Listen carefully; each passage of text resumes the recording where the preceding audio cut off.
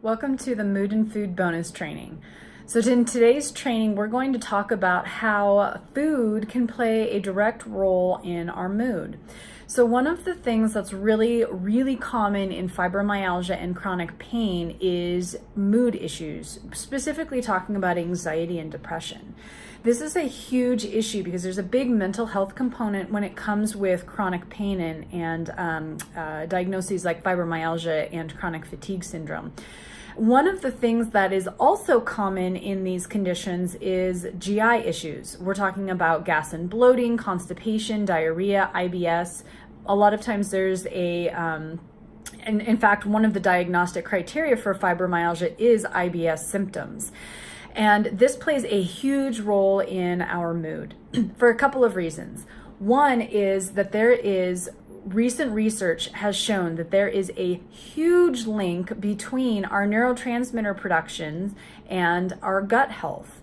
And what a lot of my patients don't understand and aren't aware of is the fact that serotonin, which is one of our happy neurotransmitters, but it also does a lot with hormone regulation, with how we sleep, with our sleep-wake cycles, with our mood, with our anxiety and depression, with how our GI tract functions.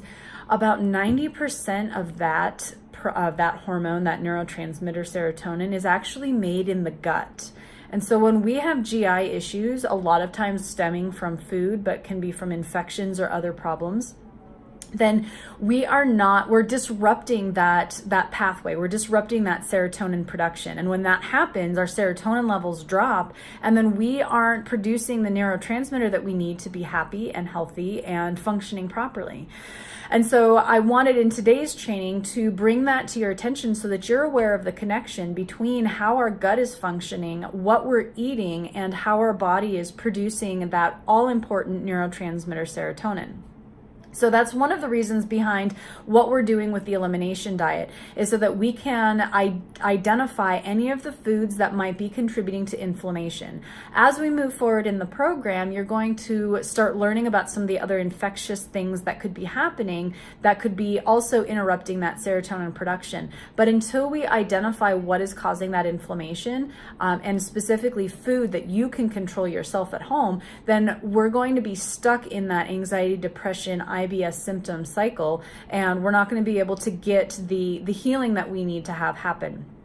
So from today's mood and food bonus training, I want you to take the fact that our gut health plays a huge role in our emotional and our sleep and our hormone balancing, and to kind of start paying attention to how the changes that you make in the diet are affecting your stress levels, are affecting your anxiety, are affecting your depression. One of the things that I experienced when I was going through some of my hormone issues after the birth of my first child was some severe depression, nothing like I've ever experienced before, to the point where I sometimes felt it would be okay if I didn't wake up in the morning. And this is with my newborn.